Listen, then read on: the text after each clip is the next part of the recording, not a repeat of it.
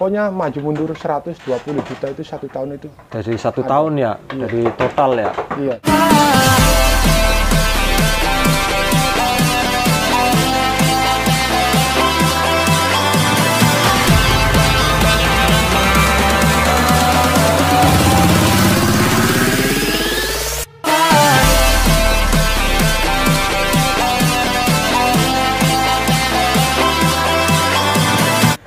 Assalamualaikum warahmatullahi wabarakatuh, kawan-kawanku semua. Kita berjumpa lagi bersama Nagato Channel. Yang hari ini saya sedang berada di kandangnya Kang Sarip, dan hari ini saya mau mereview Kang Sarip. Sekarang saya lagi bareng Kang Sarip dan kita akan berbincang-bincang. Kang Sarip, kalau boleh tahu ya, usaha domba ini udah berapa tahun ini, Kang? Saya usaha domba kurang lebihnya 4 tahunan. Oh, 4 tahunan ya, Kang? Iya, 4 tahun. Nah, ngomong-ngomong ini Kang Sarip, kenapa nih pengen usaha domba? Sebelum usaha domba ini Kang Sarip itu usaha apa, atau bisnis apa, atau kerja apa ini Kang sebelum usaha domba seperti ini, Kang? Sebelum usaha domba saya tuh jadi TKI Korea, yang TKI Korea yang di Korea Selatan itu. Di sana kerja kurang lebihnya 5 tahun. Nah, tapi yang namanya kehidupan di luar negeri itu memang nggak ada kepikiran ekonomi. Nah, sebaliknya kalau kita pulang dari luar negeri, yang sama sekali yang paling utama itu yang kepikiran masalah ekonomi. Nah, tapi saya alhamdulillah udah ada dari Korea itu, bagaimana caranya saya kalau suatu saat nanti pulang ke Indonesia itu punya usaha sendiri, walaupun kecil apapun usaha itu, begitu. Nah, akhirnya saya kepikiran ke domba Garut.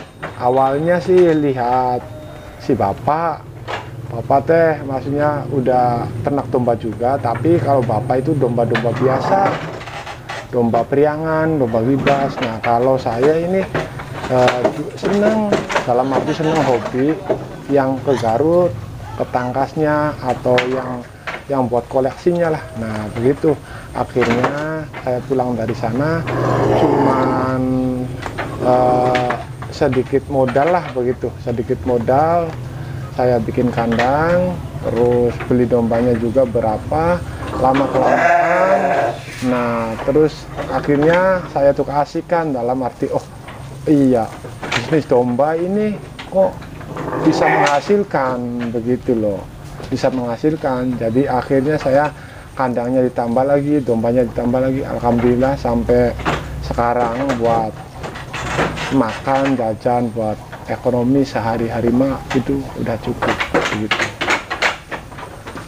Oh, berarti dulunya itu Kang Sarip ini menjadi TKI di Korea ya, Kang? Iya. Nah, kenapa ini Kang? Kenapa memilih untuk usaha domba, Kang?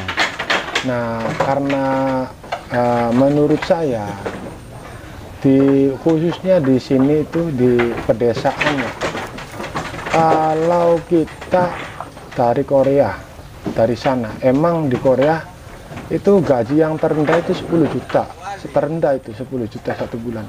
Misalkan kita mau beli sawah, lahan 200 meter persegi atau apa begitu, kalau di daerah saya di sini itu di pedesaan itu minimal menghabiskan 200 juta lebih. Nah, begitu. Sedangkan menghabiskan 200 juta lebih, si sawah itu kalau dikelola buat makan satu keluarga itu tidak mencukupi. Tidak mencukupi. Lain sama domba. Nah, kalau kita punya modal atau sedikit punya tabungan, jangan banyak-banyak, 100 juta aja. Insya Allah itu dibelikan ke domba, kita ngurusnya yang benar.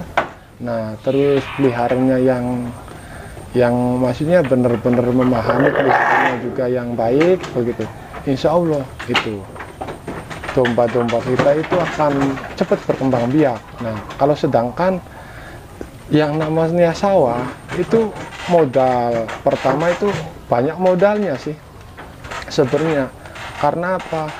Oh, sawah nanamnya, traktornya, orang tandur, nyepray, obat-obatan semuanya itu aduh tipis banget begitu loh. Terus hitungannya begini, kalau ke sawah itu misalkan 4 juta menghabiskan padi hampir 1 ton, 4 juta 20 karung. Nah, kalau saya domba 1 ekor itu perbandingannya saya begitu.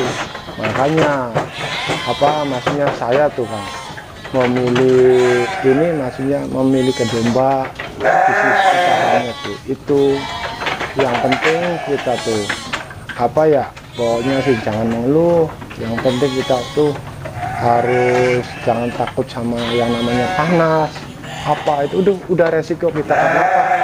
Siapa lagi kalau bukan kita. Nah, terus domba-domba itu kan yang bayar yang gaji kita, bukan orang lain. Intinya kalau saya begini, saya kerja di Korea, di luar negeri, gaji saya oke, 10 juta sampai 30 juta. 1 bulan itu pernah. Tapi selama di Korea, di luar negeri, saya itu bukan jadi bos. Tapi tetap jadi kuli, atau tetap jadi pembantu, atau tetap jadi itu namanya kerja di orang, disuruh-suruh orang. Begitu. Nah, alhamdulillah setelah saya pulang dari Korea, terus buka bisnis kayak ini semacam domba Garut. Alhamdulillah selama pulang dari Korea saya belum pernah sekalipun kerja sama orang, malah saya sering memperkerjakan orang begitu. Nah, pepatah bilang kan, ibaratkan sekecil apapun usaha itu, kalau punya milik sendiri itulah bosnya. Sebesar apapun gaji kamu, nah kalau kerja ke orang lain tetap karyawan, walaupun 1 bulan 30 juta begitu saya tuh. Nah, makanya nah kalau untuk ini ngobrol-ngobrol masalah bisnis sih domba, saya ini menurut saya sih tergantung domba-dombanya loh. Domba-dombanya berkualitas atau domba-dombanya bagus atau enggak itu tergantung sih. Kalau asal bisnis, asal menjalankan aja itu agak susah juga sih begitu, gampang-gampang susah.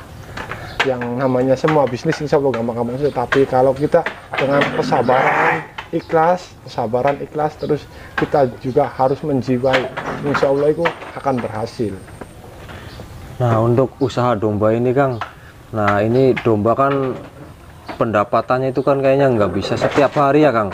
Nah, kalau misalkan usaha domba ini penghasilan ataupun pendapatannya ini dalam per bulan ini berapa Kang?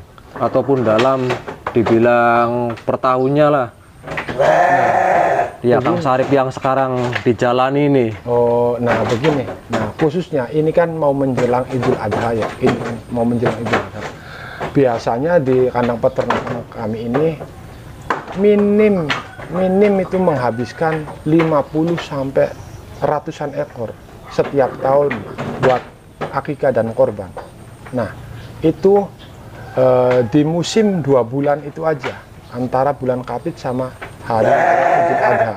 Nah, belum kalau tiap minggu, tiap bulan saya juga kan bukannya penggemukan aja sambil beternak. Nah, ada petet, ada daraan, ada bibitan, begitulah. Kalau ini stok Idul Adha cuman 2 bulan full, itu semua akikah, semua buat kurban itu pokoknya sih minta harga berapa aja, timbangan berapa itu ada, standar berapa itu ada begitu. Nah, kalau biasanya sih paling stok di kandang 10 ekor yang jantan itu. Kalau ini udah 50 sampai 100 ke sana begitu. Nah, hitungannya begini, berapa sih Kang tiap bulannya? Saya tidak menjamin per bulan dapat segini-segini, nggak bisa, karena domba itu tergantung rezeki kita.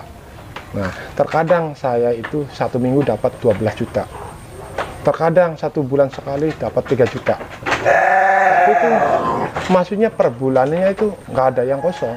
Berarti kalau misalkan kita hitung per bulan ya mungkin bervariasi ya Kang. Iya, kadang dapat besar ataupun kecil ya. Iya. Kalau misalkan dibilang global itu kenanya berapa Kang misalkan dalam setahun itu? Kalau global 1 tahun itu orang biasanya 1 musim Idul Adhaan dan buat ini apa maksudnya Idul Adhaan dan Akikahan aja yang ininya aja hampir maju mundur 40 sampai 50, belum bulan-bulan yang pokoknya maju mundur 120 juta itu 1 tahun itu. Dari 1 tahun ya, iya. Dari total ya. Iya, berarti itu kawan-kawan semua jadi pendapatan Kang Sarip ini di dalam 1 tahun mendapatkan 120 juta.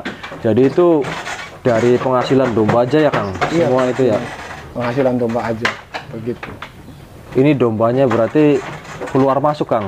Berarti kadang-kadang kan misalkan ini kan laku, nah berarti kan otomatis diisi lagi kan? Iya, nah kalau untuk penjantan, kalau untuk betina, untuk breeding, untuk indukan itu produk kita sendiri, tetan produk kita sendiri. Nah kalau ini buat musim-musim kayak gini, buat penjantan, biasanya kalau terjual 2 ekor, saya malah beli 5 ekor, begitu. Pokoknya sih nggak bakal stok habis, begitu. Pokoknya sih setiap terjual 5 ekor, saya malah beli 10 ekor, begitu. Semua stok buat Idul Adha sampai Idul Adha pun juga masih mending lebih daripada saya kurang. Karena begitu, kalau bisnis domba, misalkan keluarnya aja nggak ada penggantinya, itu akan lama-kelamaan itu akan bangkrut. Terus pilihannya juga nggak banyak, akhirnya pendatang atau peminat itu, konsumen itu agak ragu, agak apa ya, nggak puas begitu pilihannya, begitu.